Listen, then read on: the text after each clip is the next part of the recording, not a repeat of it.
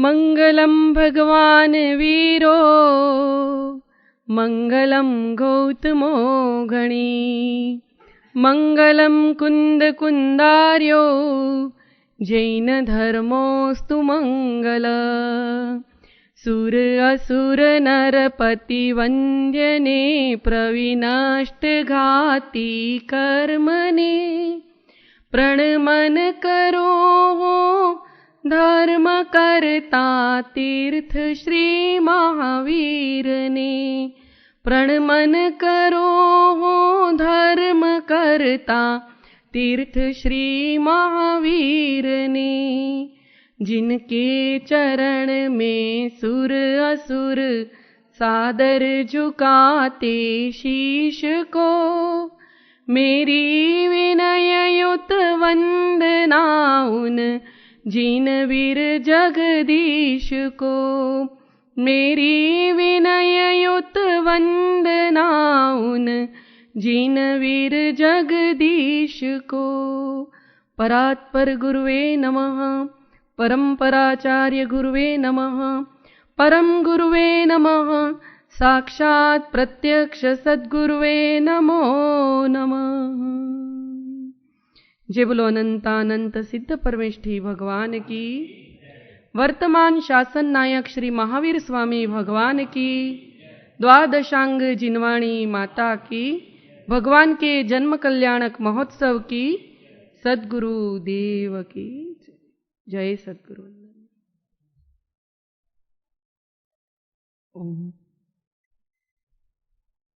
आज भगवान महावीर नो जन्म जयंती महोत्सव। अत्यारे साहेबजी कह્યું ને ભગવાનનો હેપી બર્થડે છે। આપણા માટે હેપી હેપી ડે છે, ભગવાનનો તો જન્મનો મહોત્સવ છે, જન્મ કલ્યાણક મંગલ છે। આપણા માટે અત્યંત હર્ષ આનંદ અને કલ્યાણનો હેતુ છે। ભગવાનનો 2623वां जन्म कल्याणक महोत्सव है ये। और कैसे है, किसका है? तो ऐसे जो इस संपूर्ण विश्व में एक विराट पुरुष हो गए, ऐसे भगवान महावीर। विराट ऐसे एक विश्व पुरुष, उनका जन्म कल्याणक महोत्सव है। जो अनंत आस्थाओं के पूज्य हैं, तप के शिखर हैं, त्याग के सुमेरु पर्वत हैं, संपूर्ण विश्व के रहस्य के ज्ञाता हैं और उसके उपदेशक हैं। संपूर्ण विश्व को सन्मार्ग दिखाने वाले दृष्टा हैं, मोक्ष मार्ग के नेता हैं और अनंत आस्थाओं से पूज्य हैं। ऐसे त्रैलोक्य पूज्य अहिंसा अवतार विश्व वंदनीय श्री वर्धमान सन्मति वीर अतिवीर और जो महावीर हैं, ऐसे भगवान महावीर का जन्म कल्याणक महोत्सव है। हम धन्य हैं कि हमें उनके जन्म कल्याणक महोत्सव को मनाने का अवसर मिलता है। कितना पुण्य किया होगा तब जाकर के ऐसे भगवान महावीर के शासन में हमको जीने का अवसर मिला, उस शासन में रह करके धर्म को सीखने का अवसर मिला। तो हमारे अनंत जन्मों के, कोटि कोटि जन्मों के जितने पुण्य हैं, उन सभी पुण्यों का विपाक है, तब जाकर के भगवान महावीर की शरण प्राप्त हुई है। इसलिए आज उनके चरणों में हम उनके इस जन्म कल्याणक के दिन कोटि कोटि वंदना करते हैं और उनकी पूजा करते हैं। आज के दिन ऐसा क्यों होता है कि भगवान की तिथियों की पूजा की जाती है? अपन पूजा करते हैं ना, 5 कल्याणक की पूजा रोज करते ही हैं अपन, पंच कल्याणक की। तो क्यों ऐसा होता है? આપણે 5 કલ્યાણકની પૂજા કેમ કરીએ છીએ? હા, આત્મકલ્યાણ માટે। આગમમાં અનેક પ્રકારની પૂજાનું વિધાન છે, જેમાં એક કાલ પૂજા પણ કહેવાય। તો કાલ પૂજા એટલે વિશિષ્ટ મહાપુરુષોને જીવનની જે વિશિષ્ટ ઘટના પ્રસંગ હોય એ સમયનું સ્મરણ કરીને તે સમયની પૂજા કરવામાં આવે છે। ભગવાન જીનેન્દ્ર ભગવાનની પ્રતિમાની પૂજા કરીએ એ દ્રવ્ય પૂજા છે। જીન બિંબની પૂજા છે ને, એને દ્રવ્ય વિશિષ્ટ દ્રવ્ય આદિ લઈને કરીએ છીએ આપણે। એ ક્ષેત્ર જ્યાંથી તે મોક્ષ ગયા, એમને જે તપસ્યા કરી, તપસ્થલી આદિની પૂજા એ ક્ષેત્રની પૂજા છે। એમના અચિંત્ય જે સિદ્ધ આદિ જે ગુણો પ્રગટ થયા છે સમ્યક્ત્વાદી, તે ગુણોની પણ પૂજા કરીએ છીએ. એવી જ રીતે કાલની પણ. એટલે દ્રવ્ય, ક્ષેત્ર, કાલ અને ભાવ, ભગવાનનું આ જે અનંત ચતુષ્ટય છે એ બધું વંદનીય અને પૂજનીય છે. ભગવાનનું ચતુષ્ટય છે તો દ્રવ્યથી પણ ભગવાન પૂજનીય છે, ક્ષેત્રથી, કાલથી અને ભાવથી, સર્વસ્વથી ભગવાન પૂજનીય છે. એટલે એમના પંચકલ્યાણકની પૂજા કરવામાં આવે છે. તો આજે ભગવાનનો જન્મ કલ્યાણક મહોત્સવ છે અને તે જન્મ કલ્યાણક મહોત્સવની આજે આપણે પૂજા અનેક પ્રકારથી કરીએ છીએ. એમના ગુણગાનથી, એમના સ્તવનથી, એમની અનેક વિવિધ દ્રવ્યો દ્વારા, મંગલ આરતીઓ દ્વારા, મંગલ વાદ્ય યંત્રો દ્વારા, ઘંટના દ્વારા, પ્રભાત ફેરી આદિ, જુલુસ આદિ કરીને પણ આપણે વરઘોડો આદિ કાઢીને પણ ભગવાનની આ બધું જે ધર્મની પ્રભાવના કરીએ છીએ, દાન, પૂજા, સેવા આદિ બધું જે છે તે આ પૂજા છે. ભગવાનની જન્મ કલ્યાણક મહોત્સવની પૂજા છે. તો આ ભગવાનના જ પંચકલ્યાણક કેમ કરવામાં આવે છે એ બતાવો. બધાના કેમ નથી થતા? હા, અંતિમ છે. ને અંતિમ કેમ છે? કેમ કે ભગવાને સ્વયંના આત્માને એને યોગ્ય બનાવી દીધો. ગર્ભમાં આવ્યા નથી, પહેલાથી જ એમને ગર્ભ કલ્યાણકની સ્તુતિ, ગુણગાન અને મહિમાનું મંડન થાય છે. જન્મ થાય છે એના પૂર્વથી જ જન્મ કલ્યાણક મંગલ ઉજવાય છે. તપ કલ્યાણકની દેવો આવીને એની અનુમોદના કરે છે. કેવલ જ્ઞાન કલ્યાણકની સોધર મહિન્દ્ર આદિ આવીને પૂજા કરે છે. મોક્ષ કલ્યાણકની પણ પૂજા કરે છે. તપ, કેવલ જ્ઞાન ને મોક્ષ તો સમજમાં આવે છે, પણ ગર્ભ અને જન્મની પણ પૂજા કરવામાં આવે. કેમ કે જે ગર્ભ ધારણ કર્યું છે હવે ભગવાને માતાના ગર્ભમાં, હવે ફરીથી ક્યારે ગર્ભની કેદમાં પુરાવાના નથી, છેલ્લો છે. ને એ આત્માની દશા, આત્માની યોગ્યતા એવી થઈ ગઈ છે કે એને આત્માની વિશુદ્ધિનો પ્રતાપ છે. પૂર્વ ભવોમાં જે સાધના કરી છે એ સાધનાના કારણે તે આત્માનો એટલો સુયશ છે, એનો પ્રતાપ છે, એનો પુણ્યનો, કે એના કારણે તેમનો ગર્ભ કલ્યાણક મનાવવામાં આવે છે. તે આત્માનો જે પ્રભાવ છે, તે આત્માનો જે પ્રતાપ છે કે એનું જન્મ કલ્યાણક મનાવવામાં આવે છે. આત્માની વિશુદ્ધિનો બધો કમાલ છે. માત્ર આમાં જે છે તે એક આત્માની શુદ્ધતાનો કમાલ છે, બીજું કાંઈ નથી. જે આત્મા સ્વયંને પૂજ્ય અને જે આત્મા સ્વયંને પવિત્ર બનાવે છે તે પૂજ્ય બને છે, સ્વતઃ પૂજ્ય બને છે. જે ઈચ્છતા નથી અંદરથી કે અમારે પૂજા જોઈએ છે, કે અમારો યશ, અમારું નામ, અમારી કીર્તિ બધા જગતમાં પ્રસિદ્ધ થાય એવું જે ઈચ્છતા નથી, એ તો એકલા જ જોગી થઈને નીકળી ગયા હતા વનમાં, ને કોઈ એને જોવે નહીં, જાણે નહીં, એવી જગ્યાએ એકદમ ઘનઘોર વનમાં જઈને સાધના કરે છે. છતાંય લોકો એમને ઓળખતા નહોતા. કોઈક માંડ લોકો ઉપસર્ગ કરે ને પછી ખ્યાલ આવે કે અરે એ તો સિદ્ધાર્થ રાજા કે પુત્ર હે. લોકોને ખ્યાલ પણ નહોતો કે આ રાજકુમાર છે. એવી રીતે એ તો સ્વયંના નામને ગુપ્ત કરી દે છે. પર એમનો જે ઉત્સવ છે, એમનો એ પાંચે કલ્યાણક છે, એ સંપૂર્ણ વિશ્વ મનાવે છે. ને આવી સાધના જે મહાવીરની પર્યાયમાં સાધના કરી, એ સાધનાની તૈયારી કેટલા પૂર્વના ભવોથી ચાલતી આવે છે. તો એ પૂર્વ ભવોની સાધનાનો પરિપાક છે કે એમના પાંચે કલ્યાણક થાય છે. સ્વયં પોતે આત્માનું કલ્યાણ કર્યું છે, ને જે આત્માનું કલ્યાણ કરે છે એના કલ્યાણક થાય છે. તો એટલે તે નિમિત્તથી આપણે ભગવાનની જે આ વિશિષ્ટ પ્રસંગ આવે છે, ને વર્તમાન શાસન નાયક છે, 24વા તીર્થંકર ભગવાન છે. અત્યારે જ્યાં સુધી નવી 24થી નહીં આવે ત્યાં સુધી હવે આ હુંડા સર્પણી કાલ પર્યંત આ વર્તમાન શાસનના એક ભગવાન મહાવીરનું શાસન ચાલવાનું છે. એટલે આપણને એક વિશેષ આનંદ છે અંદરમાં કે આપણા શાસન નાયક, આપણા જે રાજા છે એમનો આજે જન્મ કલ્યાણક મહોત્સવ છે. એટલે એક વિશિષ્ટ આનંદ છે અંદરમાં. तो ऐसे भगवान का जो जन्म कल्याणक महोत्सव है, उस जन्म कल्याणक महोत्सव को मनाने के लिए और हम सभी यहाँ पर उपस्थित हुए हैं और हमने आज सुबह से ही उनकी पूजा, अभिषेक, भक्ति, वंदना, स्तुति कर रहे हैं. और ऐसे जो महिमावंत भगवंत हैं, उनके गुण कैसे हैं, उनके गुण कैसे हैं, उनका स्वरूप कैसा है, उनका भीतर की आत्मा की दशा कैसी है, वो बताते हैं भागचंद्र जी.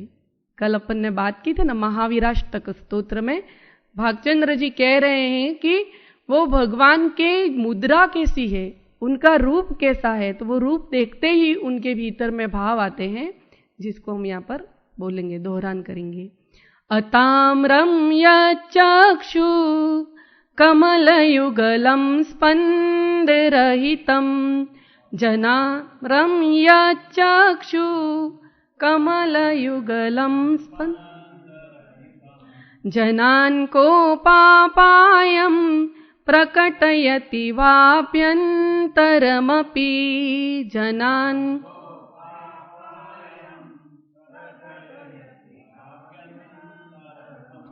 स्फुटं मूर्तिर्यस्य प्रशमितमयी वाति विमला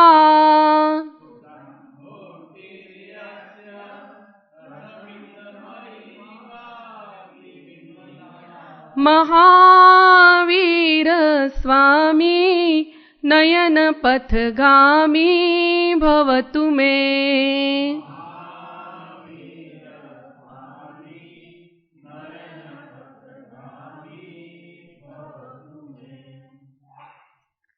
तो यहाँ पर भागचंद्र जी भगवान के दो जो कमल नयन है, युगल जो नयन है, तो भगवान की आंखें कैसी है, उनकी दृष्टि कैसी है, उसका और उनकी जो मुख मुद्रा है, तो उनकी मुद्रा की विशेषता बताते हुए उस मुद्रा में लीन हो गए हैं। कल अपन बात कर रहे थे ना कि रूपस्थ ध्यान की, रूपस्थ धर्म ध्यान रूपी वाटिका में वो विचरण कर रहे हैं, और फिर भगवान की मुद्रा कैसी है, उस मुद्रा का वो चिंतन कर रहे हैं कि वो समौ शरण में विद्यमान परम भट्टारक श्री वर्धमान स्वामी महावीर स्वामी, उनका दर्शन करते हुए उनकी मुख मुद्रा कैसी है, उस मुख मुद्रा का यहाँ पर महिमा मंडन कर रहे हैं। तो कैसा है भगवान का मुख, तो कहते हैं अताम्रम यत् चक्षु, यत् मतलब जिनके, चक्षु मतलब नयन आंखें, तो कैसी हैं,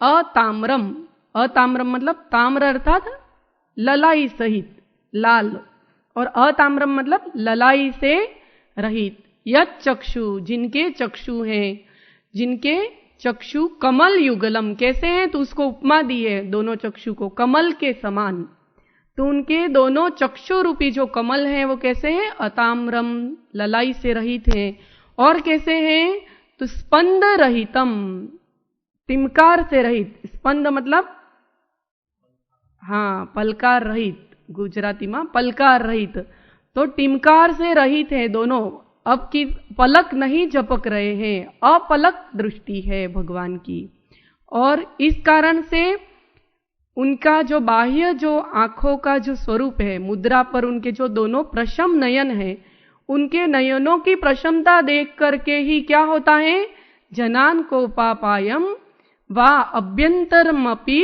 प्रकटयति, कि जनान लोगों को क्या दिखता है उसमें, कि अंदर से भी समस्त प्रकार के कोपापायम मतलब कोप अर्थात क्रोध, अपायम मतलब रहितता, क्रोध से भी रहित हो गए। कैसे क्रोध से, तो अभ्यंतर में भी, बाहर से भी प्रशमता दिख रही है, और भीतर में भी भगवान कैसे हैं, तो प्रशमता संपन्न हो गए हैं, प्रशम रस निमग्न है अंदर से भी और बाहर से भी।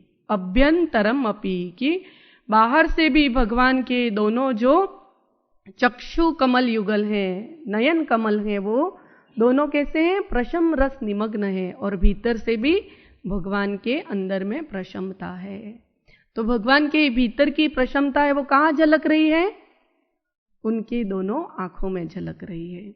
और आगे फिर उनके संपूर्ण मुख मुद्रा का वर्णन कर रहे हैं, और कह रहे हैं कि यस्य मूर्ति ही, जिनकी मूर्ति कैसी है, स्फुटम प्रशमित वा अति विमला, कि निश्चित रूप से वास्तव में यथार्थ में उनकी मूर्ति कैसी है, तो प्रशमित प्रशम रस निमग्न है, शांत प्रशांत मुद्रा है, एक बार कोई देखे तो वो भी प्रशांति को प्राप्त हो जाता है। या फिर कैसी है, अति विमला, अत्यंत निर्मलता को प्राप्त हुई भगवान की मुख मुद्रा है। ऐसे जो भगवान महावीर स्वामी हैं, कैसे, तो जिनके दोनों नेत्र युगल हैं, नेत्र कमल रूपी युगल हैं, वो स्पंद रहित हैं, ललाई से रहित हैं, अंदर से भी जो प्रशमता संपन्न है, क्रोधादि विकारों से रहित हैं, और जिनकी अत्यंत निर्मल प्रशम रस निमग्न मुख मुद्रा है, ऐसे महावीर स्वामी, क्या महावीर स्वामी नयन पथगामी भवतु में, कि ऐसे जो महावीर स्वामी है, भगवान महावीर है, वो क्या मेरे नयन पथगामी हो, मेरे नयन पथ में गमन करें। अर्थात क्या, मैं जहां जहां दृष्टि करूं वहां वहां मुझे भगवान महावीर ही दिखे, अन्य कुछ भी नहीं दिखे, वो वितरागता ही मुझे नजर में आए। ऐसे भगवान महावीर स्वामी है, वो मेरे नयनों में बस जाओ। नयन पथगामी मतलब मेरे नयनों में बस जाओ, सदैव आप मेरे भीतर में विद्यमान रहो, ये भावना यहां पर की है। तो यहां पर पहला विशेषण बताए, भगवान के नेत्र युगल का वर्णन करके बताया कि भगवान की मुद्रा कैसी है, तो ऐसे अताम्र मतलब ललाई से रहित, लालिमा से रहित। क्रोध आ जाता है तो आंखों में दिखता है कि नहीं दिखता है, आंखें लाल हो जाती हैं, बड़ी हो जाती हैं, फैल जाती हैं, और क्रोध है वह लेश्या के माध्यम से योगों में अभिव्यक्त हो जाता है। लेकिन शुक्ल लेश्या के धारी भगवान कैसे दिख रहे हैं, तो उनके दोनों नेत्र एकदम प्रशम दिख रहे हैं। उनके भीतर में क्रोध, मान, माया, लोभ, काम, मत्सर, मोह आदि कुछ भी नहीं है, वो उनकी आंखों में झलक रहा है। दीठा लोयण आज बोलते ना अपन, अमीय भरी मूर्ति रची रे, उपमान घटे कोई। कैसी अमीय भरी मतलब अमृत रस से भरी हुई मूर्ति रची रे, रची मतलब एक एक, यहां पर भी कहा प्रशमितमयी, कि एक एक भगवान का जो रोम रोम है, अंग अंग है, प्रदेश प्रदेश है, वो कैसा है, प्रशम रस से संपन्न है, अमीय रस भरी मतलब अमृत रस से ही जिसका सिंचन हुआ है, वो शुद्ध चैतन्य रस से ही जो संचेतित है, जिसका सिंचन हो रहा है, ऐसी प्रशममयी। अमीय भरी मूर्ति रची रे, उपमान घटे कोई।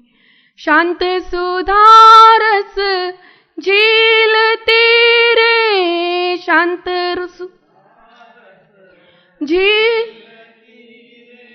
निर्खत तृप्ति न होय, विमल जिन दीठा लोयण आज, विमल जिना दीठा लोयण आज, विमल जिना दीठा लोयण।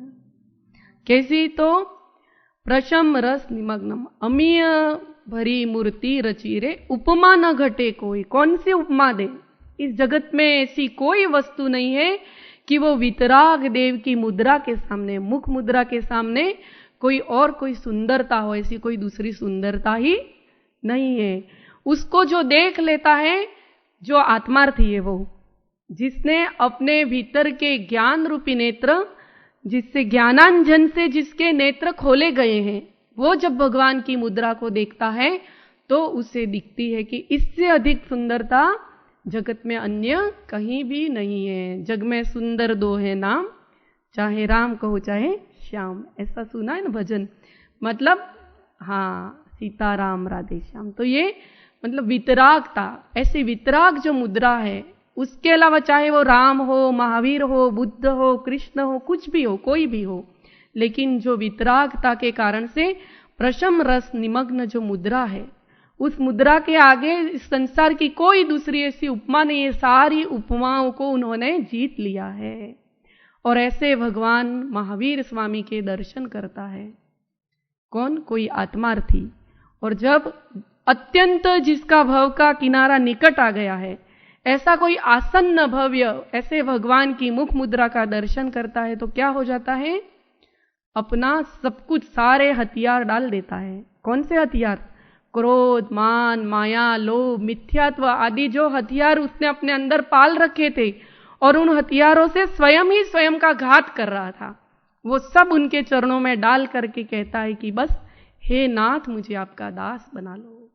ऐसा भगवान महावीर स्वामी का कोई प्रसंग हमें याद आता है कि उनकी मुख मुद्रा को देखते ही उनको नतमस्तक हो गया। अहंकार के गज पर सवार होकर के आया था। कौन था?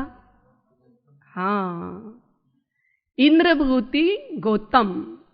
इंद्रभूति गौतम भगवान के, पहले तो मुझसे बड़ा कोई विद्वान है ही नहीं, इस दुनिया में सबसे बड़ा कोई है तो वो मैं हूं, मेरे अलावा कोई दूसरा है ही नहीं, ऐसा उसको अत्यंत अहंकार था।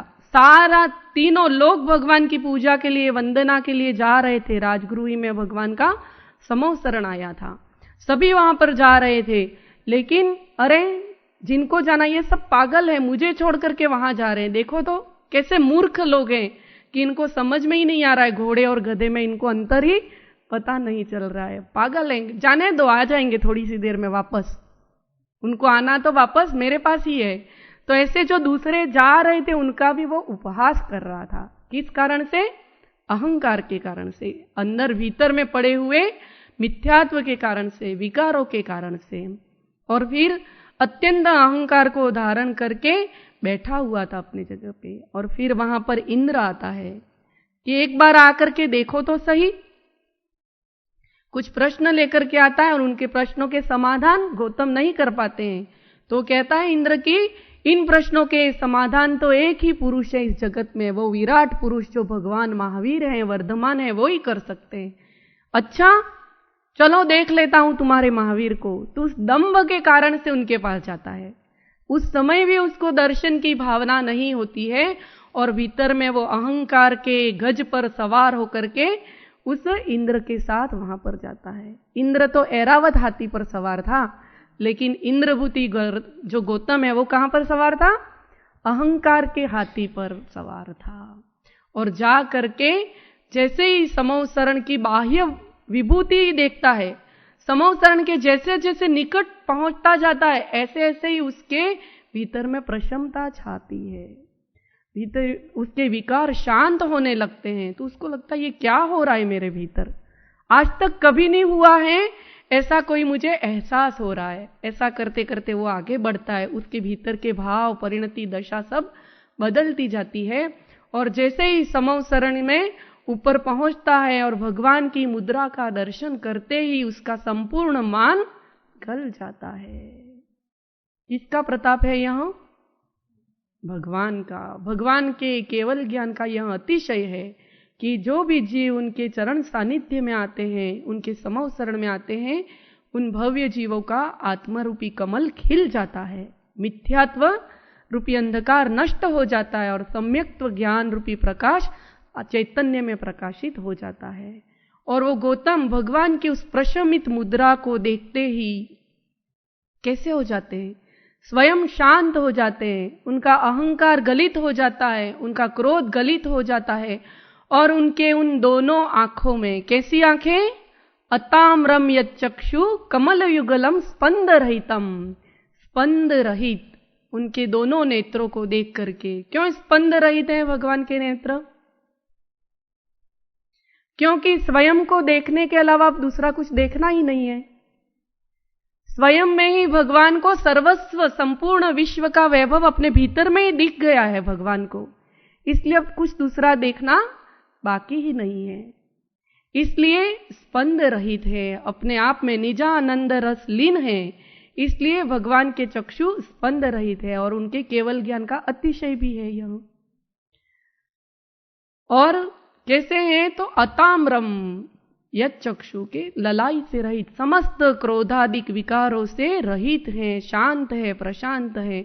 और ऐसे भगवान के दो नयन हैं और उसके कारण उनके भीतर की जो सर्व राग और द्वेष से रहित अवस्था है, वो उस अवस्था के कारण उस वितराग दशा, उनकी शांति, उनकी समता, उनकी वितरागता कहाँ झलक रही है?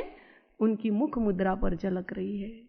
और उनकी ऐसी मुख मुद्रा को देख करके वह इंद्रभूति गौतम भगवान के चरणों में नतमस्तक हो जाता है कि हे नाथ, मैं आपको नहीं समझ पाया था, मुझे क्षमा करें। और अब इस किंकर को आपका दास बना ले, बस इसके अलावा दूसरी कोई अभिलाषा नहीं है, क्योंकि मैंने आपके चरणों में ऐसी अपूर्व शांति को प्राप्त किया है। आपके इन 2 चरणों में जो मैंने प्राप्त किया है आज तक कहीं पर भी प्राप्त नहीं किया। इतना जप किया, इतना तप किया, इतना त्याग किया, इतना यज्ञादि अनुष्ठान किए, लेकिन मुझे ऐसी शांति नहीं मिली। तो ये भगवान की इस मुद्रा का, उस मुद्रा की ऐसी महिमा है कि जो एक बार उनका दर्शन करता है तो उसकी समस्त ग्रंथि का छेद हो जाता है और वह उनके चरणों का दास हो जाता है। उस इंद्रभूति गौतम के अंतरंग बहिरंग समस्त प्रकार की ग्रंथि का विच्छेद हो गया और वो उनके चरणों में सर्वसंग परित्याग करके अपने समस्त शिष्यों सहित भगवान महावीर के दासानुदास बन जाते हैं, उनके शिष्य बन जाते हैं। और वह इंद्रभूति गौतम अब क्या हो जाते हैं? इंद्रभूति गौतम गणधर हो जाते हैं। इंद्रभूति उनका नाम था, गौतम उनका गोत्र था और गणधर उन्होंने भगवान के प्रथम गणधर थे, इसलिए उनका पद था। तो ऐसा यह भगवान की यहाँ पर गौतम स्वामी का चरित्र सुनाने का एक उस कथानुयोग के माध्यम से हमको समझना क्या है कि यह भगवान की वितरागता, उनके अंतरंग की जो प्रशमता है, उसकी ऐसी महिमा है कि जो उनके शरण में आता है वो शांत प्रशांत हो जाता है। और ऐसे इस भगवान की ऐसी जो प्रशांति है, ऐसे जो नेत्र युगल है, ऐसी जो मुख मुद्रा है, वो कौन देख रहा है? तो अपने रूपस्थ ध्यान में स्थित वो भागचंद्र जी उसकी कल्पना कर रहे हैं कि कैसे हैं भगवान।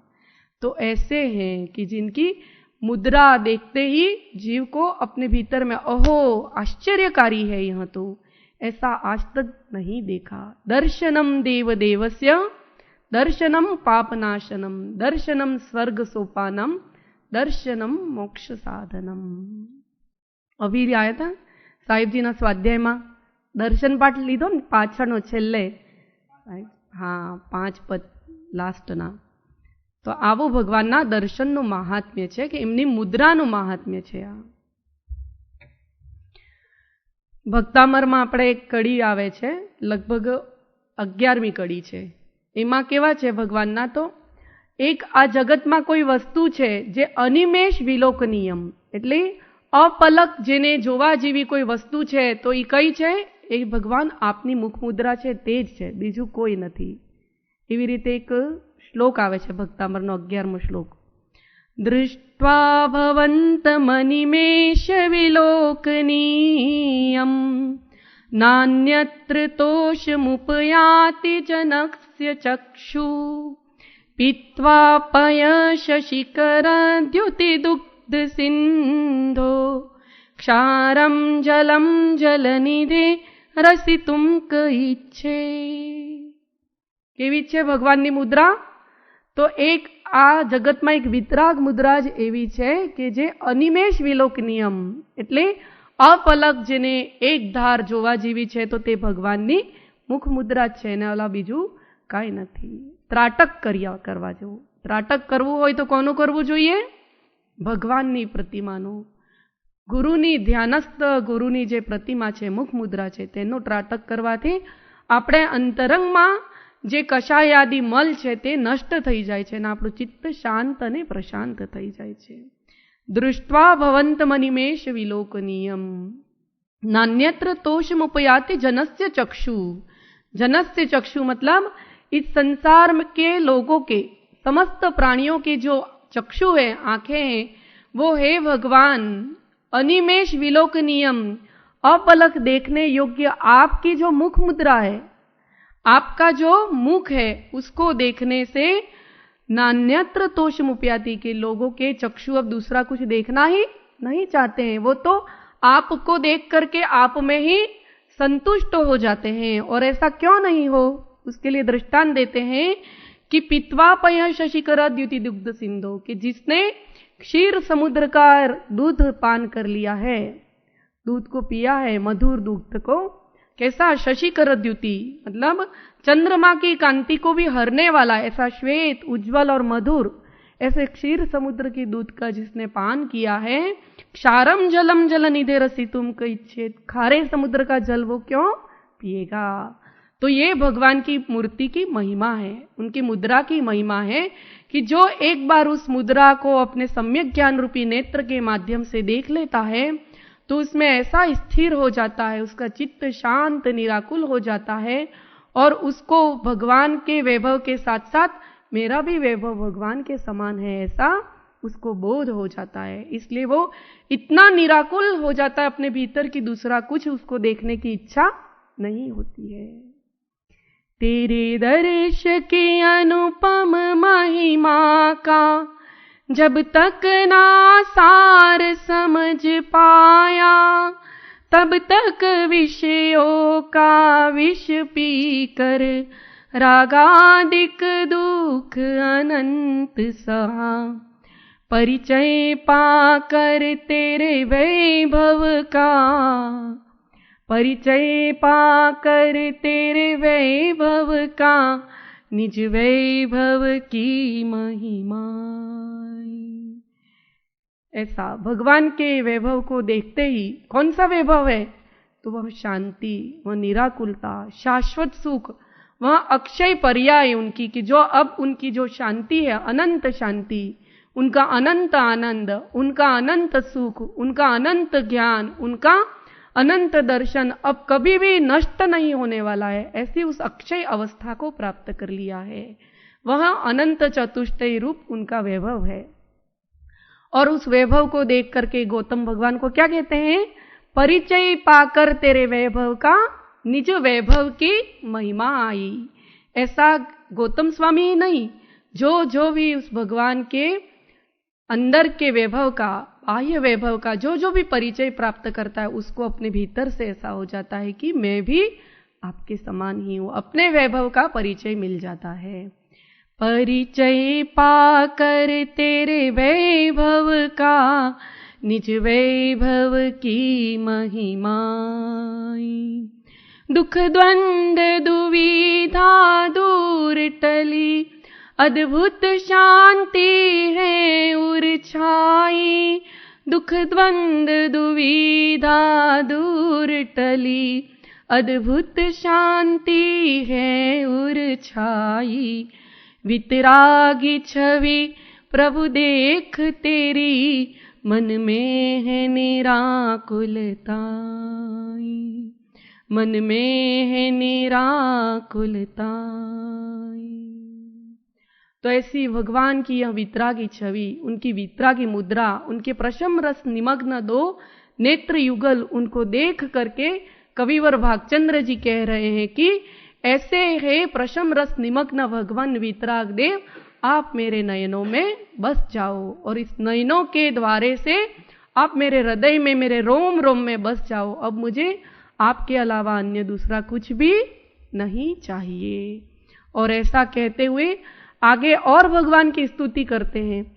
और आगे स्तुति में वो क्या कहते हैं भगवान से?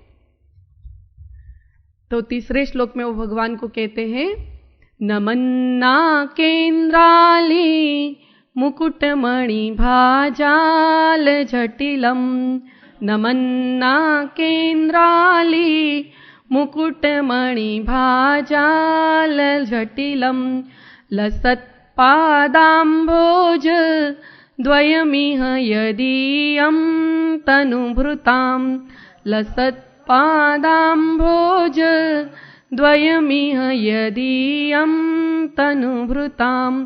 भवज्ज्वाला शान्ति प्रभवति जलं वा स्मृतमपि।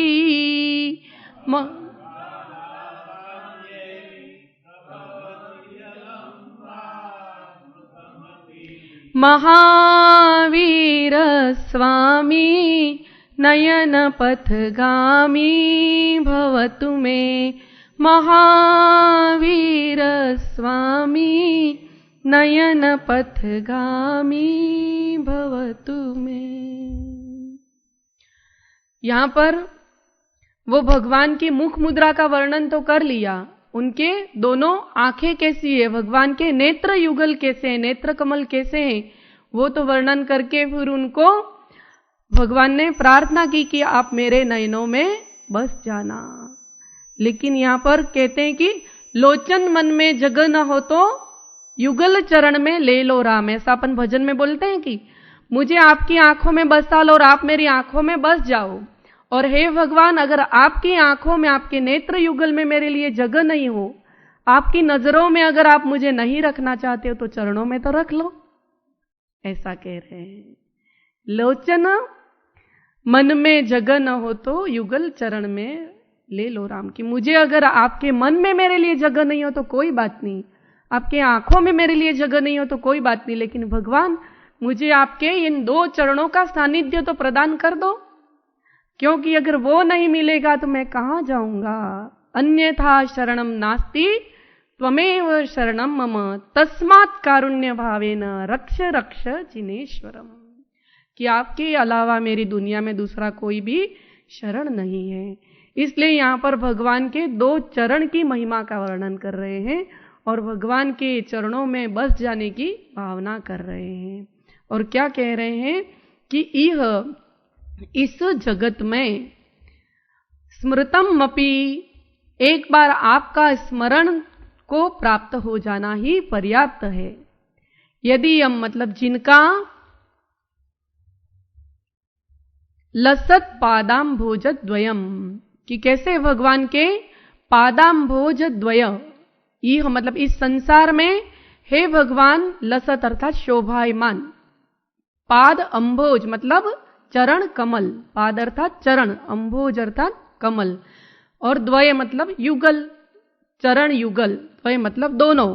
तो भगवान के दोनों चरण कमल अत्यंत शोभायमान जो दोनों चरण कमल हैं, वो कैसे हैं? तनुभृताम मतलब संसारी प्राणियों के लिए, देहधारियों के लिए कैसे हैं? तो भगवान के चरण कमल कैसे हैं? नमन्ना केंद्राली मुकुटमणि भाजाल जटिलम। नमन्ना नमन करते हुए, किसके? तो नाक, यहां पर संधि विच्छेद करें, नमन्ना केंद्राली, नमन अर्थात नमन करते हुए, नाक अर्थात स्वर्ग, और स्वर्ग के इंद्र की अली मतलब देवों की अली मतलब पंक्ति।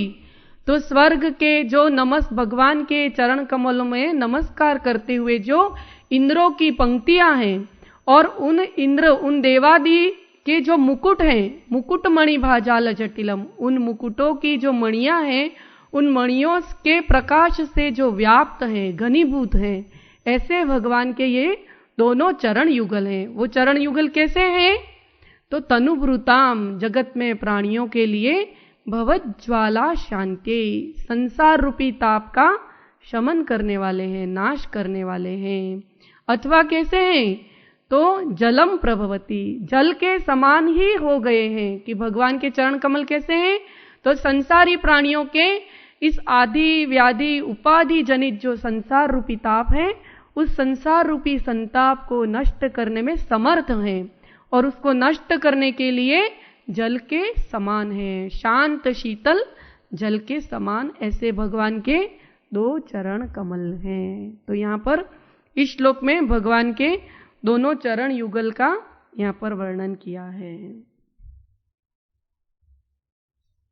इसमें अपन गुजराती भी पढ़ लेते हैं एक बार। अपन सुबह उसमें बोलते हैं ना, अभिषेक पाठ में આપણે દરરોજ બોલીએ છીએ ને, શું બોલીએ છીએ ભગવાનને ચરણની સ્તુતિ? मैं तुम चरण कमल गुण गाय। कैसे गाएं? बहुविधि भक्ति करी मन लाए, जन्म जन्म प्रभु पाऊं तो ही, यहाँ सेवा फल दीजे मोही। कि हे भगवान, मैं आपके दोनों चरण कमल की भक्ति करता हूं, और कैसे गुणगान करता हूं उसका? बहुविधि भक्ति करी मन लाए, कि अनेक नाना प्रकार की विविध प्रकार की भक्ति से, गुणगान कर से, वचनों से आपकी स्तुति करके, अनेक प्रकार के वाद्य यंत्रों से आपके चरण कमल की भक्ति करता हूं, अनेक प्रकार के सुंदर द्रव्यों से आपके चरण कमल की भक्ति करता हूं। आपके गुणों का अपने चित्त में स्मरण करके मैं आपके दोनों चरण कमल की भक्ति करता हूं। इस प्रकार भगवान के इन चरण युगल की भक्ति की जाती है, अनेक प्रकार से, विविध प्रकार से।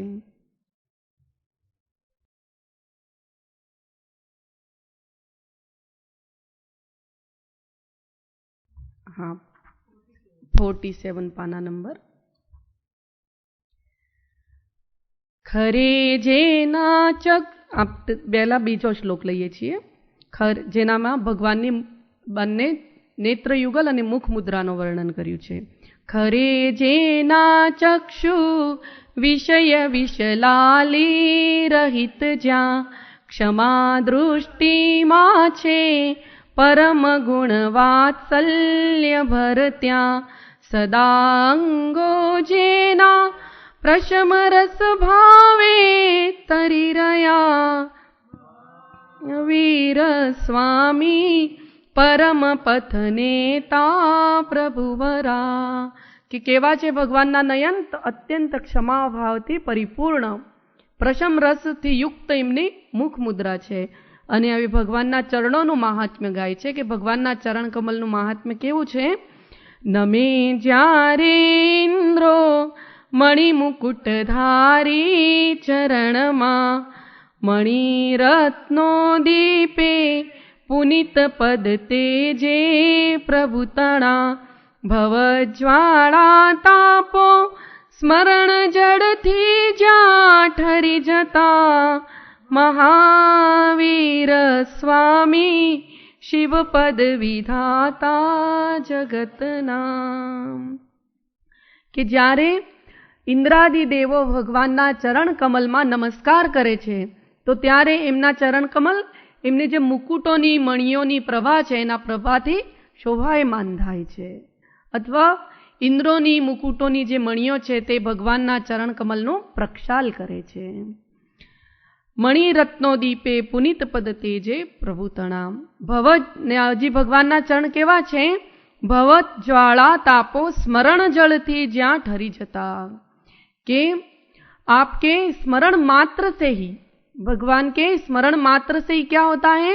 तो संसारी जीवों के समस्त प्रकार के पाप नष्ट हो जाते हैं. कैसे पाप? संताप, आदि व्याधि उपाधि जनित जो चित्त में नित्य ही संताप है, आकुलता और व्याकुलता है, व्यग्रता है, वो सब भगवान के दोनों चरण युगल के स्मरण से नष्ट हो जाता है, समाप्त हो जाता है और चित्त शांत प्रशांत हो जाता है. भवज्वाला तापो स्मरण जल थी ज्યાં ठरी जता, स्थिर हो जाते हैं. आकुलता ने व्याकुलता ने कारणથી ચિત્તમાં જે અસ્થિરતા થઈ ગઈ છે, જે વ્યગ્રતા થઈ ગઈ છે તે એકદમ શાંત થઈ જાય છે, ચિત્ત સ્થિર થઈ જાય છે ને ઠરી જાય છે, પોતામાં જ સ્થિર થઈને પોતામાં જ લીન થઈ જાય છે ને સ્વયંનો જે સહજ આનંદ સ્વરૂપે જે નિરાકુલતા રૂપ સુખ રહે છે તે સુખની પ્રાપ્તિ થાય છે. આવા ભગવાનના ચરણ કમલની વિશેષતા છે.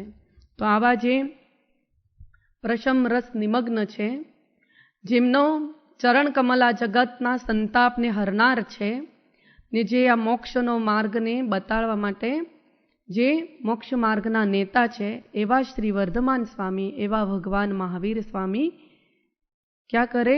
तो नयन पथगामी भवतु में. महावीर स्वामी नयन पथगामी भवतु में. कि वैसे भगवान महावीर स्वामी मेरे नेत्र युगल में सदैव बस जाए, मेरे आँखों में, मेरे नयनों में सदैव समा जाओ और मेरे हृदय में सदैव आप विराजमान रहो. इसी भावना के साथ बोलिए देवाधिदेव वर्तमान शासन नायक श्री महावीर स्वामी भगवान की जय. हो रे वीतरागी प्रभु मोरा त्यागी, तुझ चरणन लय लागी. भई मैं तो तोरी अनुरागी. हो रे वीतरागी प्रभु मोरा त्यागी, तुझ चरणन लय लागी. भई मैं तो तोरी अनुरागी. हो भई मैं तो तोरी अनुरागी. देह छता जेनी दशा वर्ते देहातीत, ते ज्ञानी ना चरण मां हो वंदन अगणित। ते ज्ञानी ना चरण मां हो वंदन अगणित। जय बोलो महावीर स्वामी भगवान की, अहिंसामय विश्व धर्म की जय। 9 बार नमोकार मंत्र आत्म अनुसंधान। ओम द्वादशांग जिनवाणी माता की जय। जय सद्गुरु।